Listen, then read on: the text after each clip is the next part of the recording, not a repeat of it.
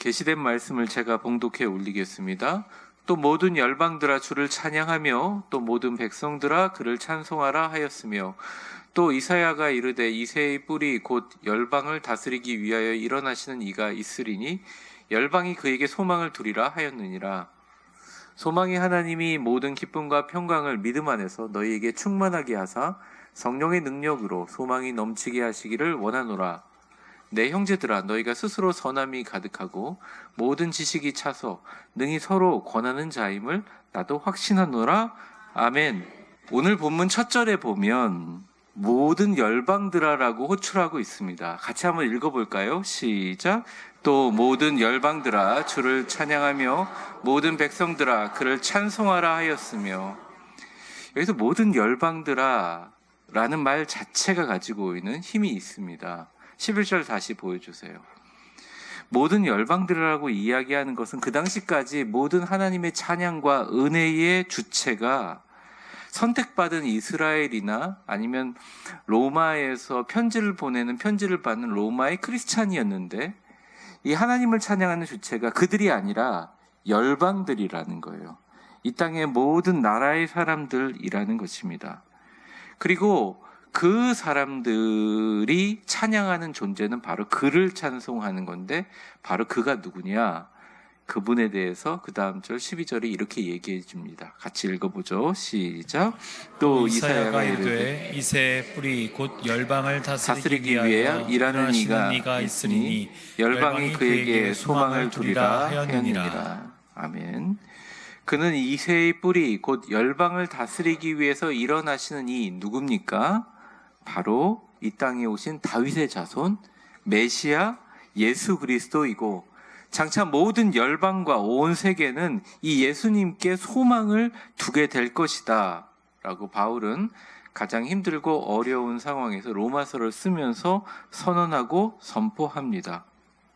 그래서 오늘 제목이 일상 속 세계를 품으라 라는 건데, 그 제목의 더 부가 설명은 뭐냐면, 우리의 일상 속에서 세계를 품으라는 의미도 있지만 더 깊은 의미는, 우리가 세계를 좀 살펴보면 세계 모든 사람들 가운데 특별히 그들의 일상 속에 예수 복음을 위해서 예수님을 향한 소망을 품고 있는 그 사람들조차, 그 문화조차, 그 나라조차, 그 나라의 미래조차 주님 은혜 안에서 우리가 품어야 된다라는 넓은 의미라고 할 수 있습니다. 오늘 말씀을 통해서 우리의 일상 속 이 세상의 소망이신 예수님을 품고 있는 전 세계 선교 현장을 품어가는 크리스찬들과 그들의 문화와 그들의 삶까지 같이 품는 저와 여러분 되시기를 주의 이름으로 축원합니다. 하나님은 우리를 그저 우리 자신을 위해서 살기 위해서 부르시지 않았습니다. 참 신기한 게, 예수 믿는 사람들이 자기 자신만을 위하면 자기 자신을 위한 기도 제목만 계속 생기는 반면에, 예수 믿는 사람이 자기 자신이 아닌 자기 자신의 담장이라는 울타리를 벗어나 세계를 지향하게 되면 자신의 문제는 자동적으로 해결되고, 오히려 세계를 지향할 수 있는 여러 가지 선교적인 역량을 위해서 주님이 일하고 계심을 보게 됩니다. 한국 교회가, 한국 기독교가 복을 받는다 안 받는다 뭐 이런 관점을 다 떠나서 가장 중요한 것은 한국 교회에서 우리가 우리 자신이 복을 받아야 우리 자신이 주체가 되어 세계를 복음화한다는 마음을 갖고 있는 것입니다. 아니라는 거예요. 성경은 완전 반대로 얘기하고 있어요. 하나님께서 우리에게 복을 주셔서 우리의 복이 세계를 지향할 때 그 세계가 주체가 되어 하나님을 찬양하게 될 것이다. 찬양의 주체는 뭐냐? 우리가 아니에요. 우리의 빛과 우리의 복음을 받은 열방들이라는 것입니다. 우리가 다녀왔던 치앙라이 고아 아이들이라는 거예요. 우리가 눈물을 흘리면서 같이 기도했던 주변에 수많은 선교의 현장들이라는 것입니다. 여러분들이 수줍지만 때로는 어려웠지만 위대한 하루를 전해주면서 교회를 정하고 기도하라고 또 예수를 믿으라고 했던 수많은 사람들이 나중에 전부 다 그들이 온 세계적인 사람들이 하나님을 찬양하는 주체라는 것입니다. 우리가 주체라는 마음에서 벗어나는 것이 가장 성숙한 크리스찬의 첫 번째 스텝이라고 할 수 있습니다. 시편 117편 1절과 2절을 보여주면 이것은 성경에 존재하는 가장 짧은 시편이기도 합니다. 너희 모든 나라들아 여호와를 찬양하며 모든 백성들아 그를 찬송할지라고 얘기했는데, 이 내용이 왜 작지만 가장 위대하냐면 그동안 이스라엘 백성들이 가지고 있는 선민의식과 배타적인 그들의 마음들을 선민사상에서 벗어나 바로 이 땅의 모든 나라와 모든 백성이 주체가 되는 것입니다. 하나님을 찬양하라라고 촉구하는 그 빛을 누가 바라느냐? 우리라는 거예요. 바로 우리. 그렇다면 우리가 살아가면서 어떻게 살아야 할 것인가? 많은 분들이 그래요. 나는 나이가 들었는데도 아직 내 문제가 해결이 안 됐습니다. 왜 나이가 들수록 더 힘들어지죠? 예전에 참 철이 없었을 때, 30대 이전에 우리 30이 넘은 교육자들을 보면 제가 막 놀렸습니다. 아유, 형님들 왜 이렇게 좀 굼뜨세요? 막 그랬거든요. 근데 제가 30이 되고 나니까 그런 말을 못 하겠어요. 근데 40이 되니까, 그러다가 이제 50이 넘고 60이 넘은 형님들한테 그 말 자체를 못 꺼내겠어요. 많이 겪어보니까. 너무 시간이 빨라요. 너무 시간이 빨라요. 아무리 며칠 밤을 새도 피곤하지 않고 뭘 노력을 하면 기도도 막 6시간, 7시간 했던 정말 전설같이 돼버리고요. 하루에 한 가지 이상 일을 하면 피곤해요. 힘들어요. 우리의 인생은 너무나 빠르게 지나갑니다. 근데 우리의 인생이 너무나 빠르게 지나가고, 어떻게 보면 예전에는 어느 정도 경제적인 안정을 가지고 이제는 쉬고 은퇴할 시기라 그랬는데, 코로나 이후에 은퇴가 없어요. 말은 은퇴지만, 그리고 이 전 세계 자본이라는 구조 자체가 끝까지 노력하면서 계속 유지를 해야 돼요. 안정이라는 게 존재하지 않아요. 그러다 보니 많은 분들이 하나님이 우리를 이 세상에 보낸 것은 내 삶을 계속 안정시키라고 그거 하다가 보내신 것처럼 생각을 하는 겁니다. 여러분, 그렇지 않습니다. 우리의 삶을 안정시키라고 주님이 보내신 게 아니라 우리의 삶을 통하여 이 세상에 복이 되고, 그 복을 통해서 주변을 하나님을 찬양하는 공동체로 만들기 위해서, 우리가 지금까지 우리 삶의 안정을 위해서 기도했다면 이제는 내가 살아야 될 이유를 하나님께 행동으로 보여주기 위해 그 여건들을 위해서 기도해야 된다는 것이죠. 첫 번째, 우리 같이 한번 읽어볼까요? 시작. 우리는 모든 세상에 복을 유통하는 주체라고 자신을 규정하라. 성경은 특별히 다른 종교와 달리 복을 수임한다, 복을 얻는다, 복을 받는다라는 개념보다 우리 자신이 복이 됨을 이야기합니다. 최초로 하나님이 복의 약속을 했던 아브라함과의 약속에서 창세기 12장 3절에 이렇게 얘기합니다. 너를 축복하는 자에게는 내가 복을 내리고 너를 저주하는 자에게 내가 저주하리. 난 네 편이다라는 거예요. 그런데 이 사람이 존재하고 있는데 이 사람 편에 붙으면 내가 같이 복을 줄게. 근데 이 사람하고 반대 서서 대적하면 내가 그 사람을 저주해 줄게. 무슨 말입니까? 주체가 누구예요? 복을 주시는 분은 하나님이시지만 그 사람 자체가 복이 된다는 거예요. 그래서 땅의 모든 족속이 너로 말미암아 복을 얻을 것이니라 하신지라 얘기합니다. 한번 저를 따라해 보십시오. 땅의 모든 족속이 너로 말미암아 복을 얻을 것이라. 그러니까 많은 사람들이 이래요. 목사님, 저거는 좋은 말이긴 하지만 그냥 남에게 해당되는 얘기 아닌가요? 제가 무슨 복을 끼치나요?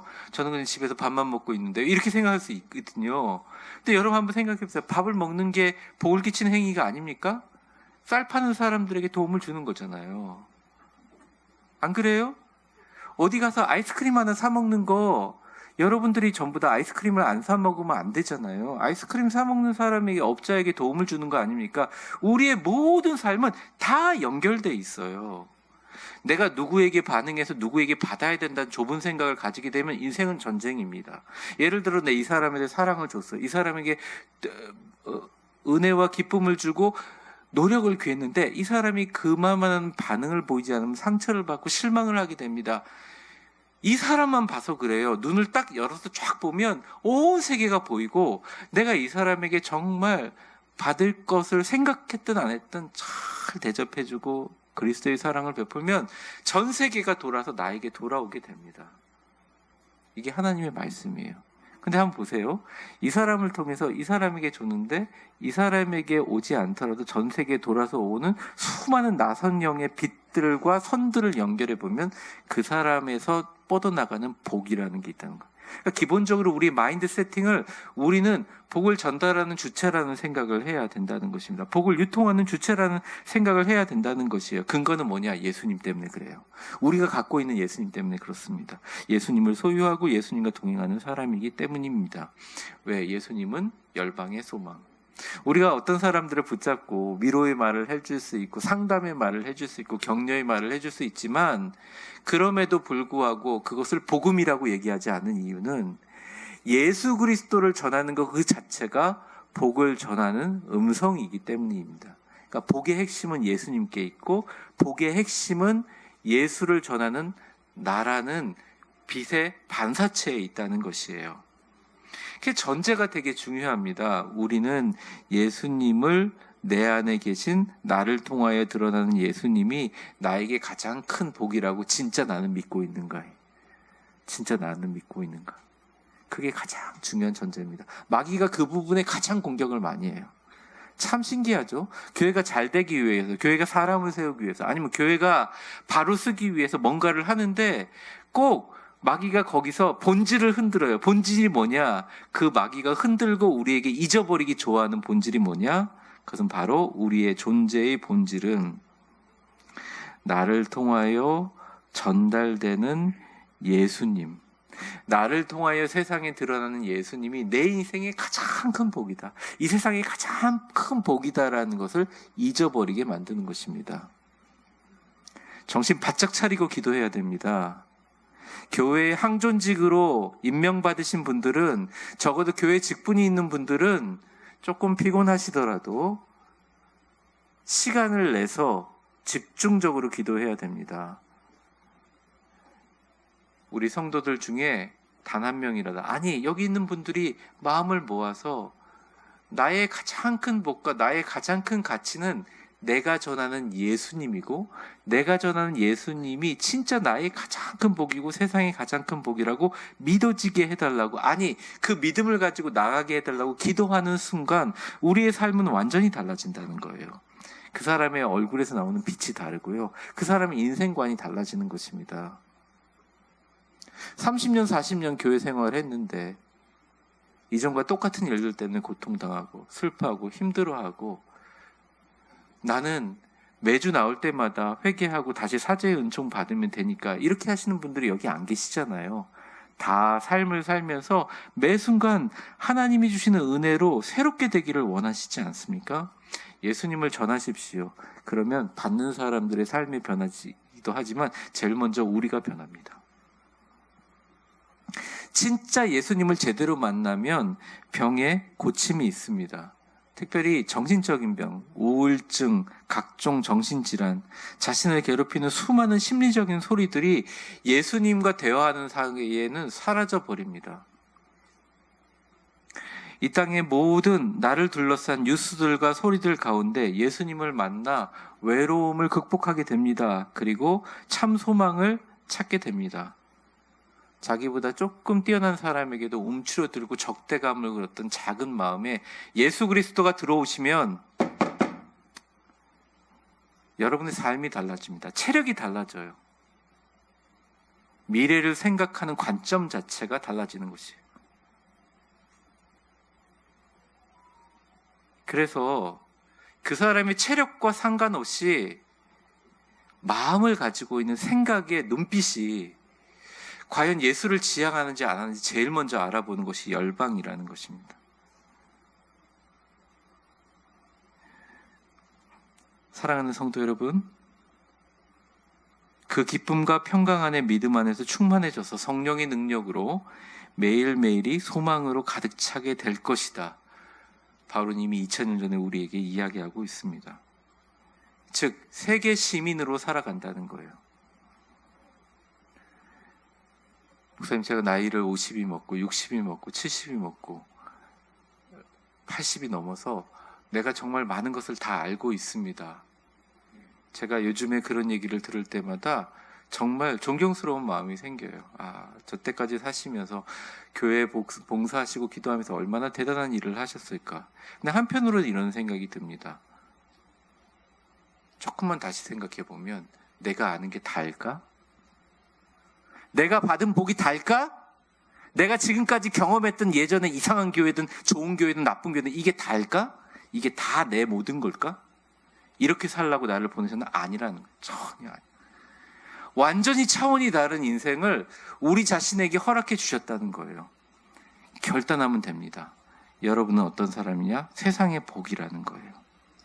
세상의 빛이라는 거예요. 여러분들을 통해서 삶이 변화돼요. 여러분의 자녀를 통해서 온 열방이 하나님을 찬양하게 될 것입니다. 그걸 막고 있는 사람이 누구냐?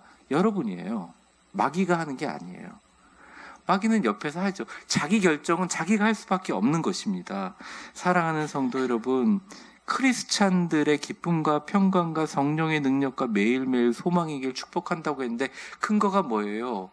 예수로 가득 차고 예수님이 나의 복이라고 받아들일 때 변화된다는 것입니다.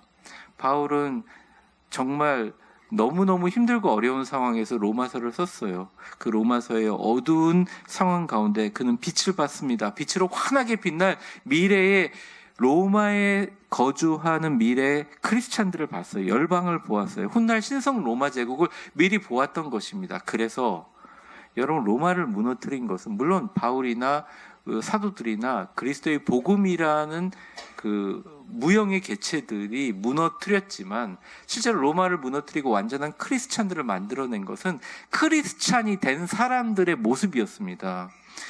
일반 사람보다 더 세련되고요, 더 불같은 사랑을 갖고 있고요, 더 뜨겁고 더 사랑하고 더 섬김의 모습을 보여줬습니다. 높은 직위에 있는 사람들, 관료했던 사람들이 로마가 국교되기 전에 자신이 크리스찬 것이 드러나서 배교를 강조받으면 기꺼이 죽음을 선택하는 걸 모습을 보면서 존경하는 사람들이 생겨났다는 거예요. 그들도 굶어 죽어가면서 사자의 밥이 될 거를 뻔히 알면서도 일정한 시간 나가서 자기보다 더 가난한 사람들을 도왔다는 거예요. 그렇지만 절대 왕 앞에서도 굴하지 않고 황제 앞에서도 머리 숙이지 않고 당당하게 그들은 매일매일 기쁨과 평강과 성령의 능력으로 언제 죽을지 몰라도 소망으로 살았다는 거예요. 그게 뭐가 가능하느냐? 그런 한 사람의 모습을 보면서 주변이 변화됐고 그런 사람들이 점점 많아지면서 크리스찬이 된 거예요. 목회자라는 것, 직분이라는 게 얼마나 무거운지, 나중에 하나님 앞에 심판대로 갈지 얼마나 무겁고 힘든 일인지 성도들은 어느 정도 아실 거라고 생각합니다. 하지만 하나님이 우리 모두에게, 저와 여러분에게 주신 하나님의 증인으로 살아가는 이 빛된 삶은 옵션이 아니에요. 특정한 사람이 하는 게 아니라 우리 모두가 누려야 될 것이에요. 여러분, 우리는 복이고 왜 우리가 복이냐면 우리를 통해서 복이 흘러가기 때문입니다. 옆 사람 한번 축복해 보겠습니다. 당신을 통해 열방을 향한 예수님의 복이 흘러가기를 축복합니다. 아예 로마 사람들 자체가 언어를 잘해서 세계에서 가장 강력한 제국의 신민이라 그들이 세계 시민이 된 게 아니라 세계 자체를 변화시킬 수 있는 판도를 작은 크리스찬들이 물처럼 스며들어가면서 주변 사람들을 예수로, 작은 예수님의 모습으로 변화시켜가면서 로마 제국을 완전히 변화시켰다는 거예요. 여러분의 그 은혜와 그 축복이 있기를 바랍니다. 그래서 여러분들은 자신을 복을 전하는, 복을 유통하는 주체라고 자신을 규정하시고 열방을 향해 나아가시는 저와 여러분 되시기를 주의 이름으로 축원합니다. 그래서 14절 마지막 절에 보면 바울이 나중에 미래의 크리스찬에 대한 이런 확신을 해요. 같이 읽었겠습니다. 시작. 내 형제들아, 너희가 스스로 선함이 가득하고 모든 지식이 차서 능히 서로 권하는 자임을 나도 확신하노라. 스스로 선함이 가득하고 그 다음에 성숙한 지식이 있어 서로를 권면하는, 격려하고 이끌어가는 리더이다. 확실한 크리스찬인 너희는 이러할 것이다. 선함이 가득하고 주님을 아는 지식으로 가득 차고 서로 권하는 것으로 가득 찬 그 위대의 위대한 로마의 크리스찬으로 가득할 것이다 라고 축복합니다. 그리고 그것이 이루어졌고 신성 로마 제국이 생겼죠. 두 번째 우리 같이 읽어보겠습니다. 시작. 예수님으로 내 일상을 바꾸라. 그리고 담장 넘어 세계를 바라보라. 여러분, 제가 여러 번 드리는 말씀이지만 주님 은혜 안에 쓰임 받으려면 건강해야 됩니다. 너무 건강에 염려증이 있는 것도 문제지만 자꾸 뭘 좋은 화장품을 바르려고 노력하지 마시고요. 그냥 입으로 들어가는 걸 깨끗하고 좋은 걸 드세요. 그럼 피부가 변합니다. 환해져요. 가능하면 죄송합니다. 혹시 그 탄산음료 사업하시는 분이 계시면 너무 죄송한데 그냥 깨끗한 물 많이 마시세요. 내가 다리가 계속 아려, 손목과 관절이 아파 그러시는 분은 깨끗한 물을 계속 마셔서 온몸을 순환시키세요. 제가 지금 건강 강의하는 건 아닙니다. 여러분이 할 수 있는 가장 강력한 강도의 운동을 하세요. 뼈가 부러지지 않는 이상. 근데 의사가 권유하더라도 의사의 말도 듣지만 담당 체육관에 가서, 체육관이란 말 되게 웃기죠. 피트니스 센터 어디든 상관없습니다. 해당되는 자기 몸에 있는 인대와 근력을 단련할 수 있는 운동을 하십시오. 특히 제일 잘 먹어야 되는 게 고기가 아니에요. 채소가 아니에요. 좋은 마음을 먹어야 됩니다. 그거 아무리 잘해도 나쁜 마음 먹으면 다 망가져요. 나쁜 마음 때문에, 관계의 어려움 때문에 쓰는 에너지는 우리가 헬스장에 운동하고 난 거 100배로 해도 다 털어버립니다. 좋은 마음 먹어야 돼요. 그러기 위해서 자신이 알고 있는 사람 중에 가장 긍정적이고 순수하고 영성 깊은 많은 사람들을 만나려고 노력하고 확대해야 됩니다. 관계를. 복잡한 일상의 구조들을 정리해야 됩니다. 때로는 단호해야 되기도 해요. 생활을 단순하게 해야 됩니다. 자신과 가족과 지역과 나라 안에만 머물러 있는 나의 생각을, 그것만 생각하면 막 한숨이 나오고 이럴 때 잠깐 눈을 감고 자신의 생각과 계획을 하나님이 주시는 은혜 가운데 세계로 확대해야 됩니다. 담대한 마음을 먹어야 돼요. 주무시기 전에 제가 늘 얘기하는 거지만 정말 최고의 축복과 은혜로운 마음들을 생각하면서 잠이 안 오면 그것만 생각하고 있어 보세요. 금방 잠이 와요. 또 자고 나면 또 개운해요. 고민하지 마시고. 네. 목사님, 그래도 제가 몸이 힘든데요. 맞아요. 그럼에도 불구하고 최선을 다해서 노력해야 됩니다. 왜? 나는 내 것이 아니에요. 여러분은 여러분 것이 아니에요. 여러분들은 세상에 비춰지는 반사체예요. 여러분이 예수 믿는 사람이라는 것을 알게 되었을 때 그 사람의 반응이 그래서 그랬구나 이렇게 나와야 되는 거예요. 여러분의 자녀들이 아무리 훌륭한 교육을 시키고 아무리 돈을 들여서 아무리 강력한 방법으로 교육을 시켜도 자녀들의 눈에 보이는 부모님의 모습은 숨길 수가 없듯이 온 열방이 예수를 찬양하게 만드는 위대한 상황을 향하여 우주와 세계를 경영하시는 하나님이 하시는 일에 대해서 우리는 그것을 전달하는 역할을 해야 된다는 거예요. 이사야서 14장 26절에서 27절까지 이런 말씀이 있습니다. 이것이 온 세계를 향하여 정한 경영이며 이것이 열방을 향하여 편손이라 하셨으니 누가 하냐? 27절 같이 읽어보겠습니다. 시작. 만군의 여호와께서 경영하셨은즉 누가 능히 이것을 패하며 그의 손을 펴셨은즉 누가 능히 그것을 돌이키랴. 여기에 올라타면 되는 거예요. 여러분의 삶이 여기에 올라타게 만드는 거죠. 나의 건강이, 나의 생명이 중요하다고 이야기하는 기도보다 내가 살아야 될 이유, 내가 건강해야 될 이유, 내가 삶에 하나님의 빛이 되어야 될 이유를 삶의 교회의 말씀과 하나님 말씀에 순종하면서 하나님께 보여주면 하나님이 일하실 수밖에 없는 구조가 성경에 나와 있는 축복이에요. 그래서 우리를 복받는 사람을 일방적으로 수용하는 사람이 아니라 복을 유통하는 사람이죠. 복을 전하고 하나님께 받고 유통하고 선순환이 일어나는 것입니다. 국내 뉴스에 너무 매몰되지 마세요. 그거 보면서 한심하다고 막 화내고 막 짜증내고 그러지 마세요. 또 그거 너무 기뻐하고 막 한쪽 편에서 모르겠습니다. 저는 정치 얘기 안 하는데요. 우리나라밖에 없나요? 다른 나라 한번 보세요. 미국에서 지금 금리 낮춘다고 하는데 미국 경제 뉴스도 한번 보세요.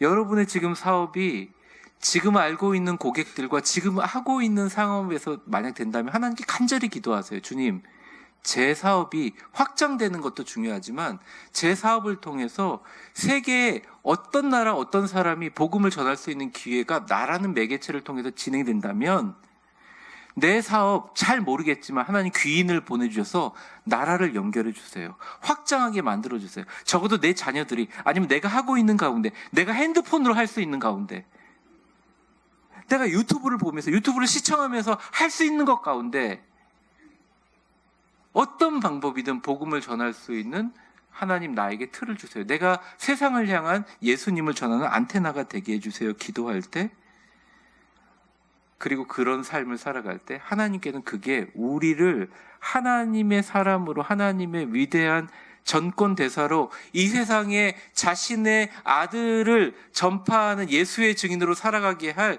근거가 되신다는 것입니다. 여러분 그냥 결심하는 것만으로도 우주가 움직여요. 하나님이 움직인다는 것입니다. 바울은 그래서 확신하는 거예요. 너희들이 기쁨과 평강과 스스로 선함이 가득하고 성령의 능력으로 지식이 차서 온 세상 사람들을 권하는 진짜 리더들이 될 것이다.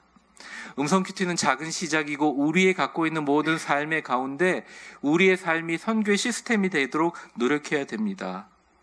그래서 땅끝 모두 다 주님의 구원을 볼 수 있도록 우리의 삶의 아주 작은 부분, 아주 사소한 부분, 이거는 내가 하던 습관 중에 하나인데 라는 것을 계속 발견하면서 자신을 바꿔 나가야 돼. 누구를 위해서? 물론 제가 지금 말씀드리는 건 온 세상의 열방을 위해서 하나님의 복음을 위해서지만 사실은 내 자신을 위해서 기도하고 내 자신에 집중해서 간구하는 인생보다 그걸 잠깐 내려놓고 내 주변에 하나님의 나라를 위해서 기도하면 주님께서 채워주신다는 것입니다. 그게 크리스찬의 복받는 참 아이러니기도 해요.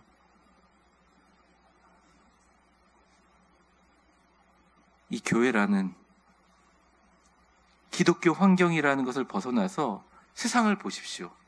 그럼 하나님께서 여러분이 그렇게 행동하는 것에 즉각적으로 그들에게 반응이 오지는 않더라도 온 세상을 둘러서 우리로 하여금 그 일을 더 잘 감당할 수 있도록 노력해 주십니다. 9월 넷째 주에 치앙라이 맷더 교회를 위해서 마음을 모으려고 당에서 기획하고 있고요. 다음 주에 또 귀한 하나님의 사람들, 또 축복의 사람들, 하나님 앞에 우리 성도님들이 가장 주체적으로 자기의 손으로 이름을 적어 투표하는 일들을 앞두고 있어요. 마귀가 틈타지 않도록 해야 됩니다. 이 마귀라는 존재는 어떤 존재냐? 우리의 본질을 잊어버리게 만들어요. 우리는 원래 기뻐할 일도 슬퍼할 일도 낙심할 일도 사실은 순간을 살아가는 하나님의 은혜 안에서 가장 큰 축복과 평강과 행복과 성령의 능력으로 살아가게 만들어준 존재인데 삶의 모든 것들이 내가 모시고 내가 전파하는 예수님보다 가치가 더 크게 만들어서 우리의 눈을 가리고 있어요. 아니라는 것입니다. 말씀을 정리하겠습니다. 이사야서 52장 10절에 보면 이렇게 나와요. 열방의 목전에서 여호와께서 그의 거룩한 팔을 나타내셨으므로 어떻게 해요? 땅끝까지도 모두 우리 하나님의 구원을 보았도다. 우리가 지향할 곳이 어딘 줄 아세요? 땅끝이에요. 당시의 땅끝은 제가 지난주 말씀인 로마였어요. 지금은 어딜까요? 세계 어디에 특정되어 있지 않아요. 여러분 마음만 먹으면 세계 어디 있는 사람들과 실시간으로 화상통화를 할 수 있는 시간에 우리의 자녀들이, 저는 이런 기도는 필요하다고 생각해요. 우리 자녀들이 언어적인 능력이 좀 뛰어났으면 좋겠다. 그거보다 더 중요한 것은 우리의 자녀들이 앞으로 인공지능과 수많은 디지털 시대에 수많은 사람들이 정보라고 내놓는 것을 정보를 잘 감식하고 판단할 수 있는 제대로 된 지식과 교양이 있었으면 좋겠다.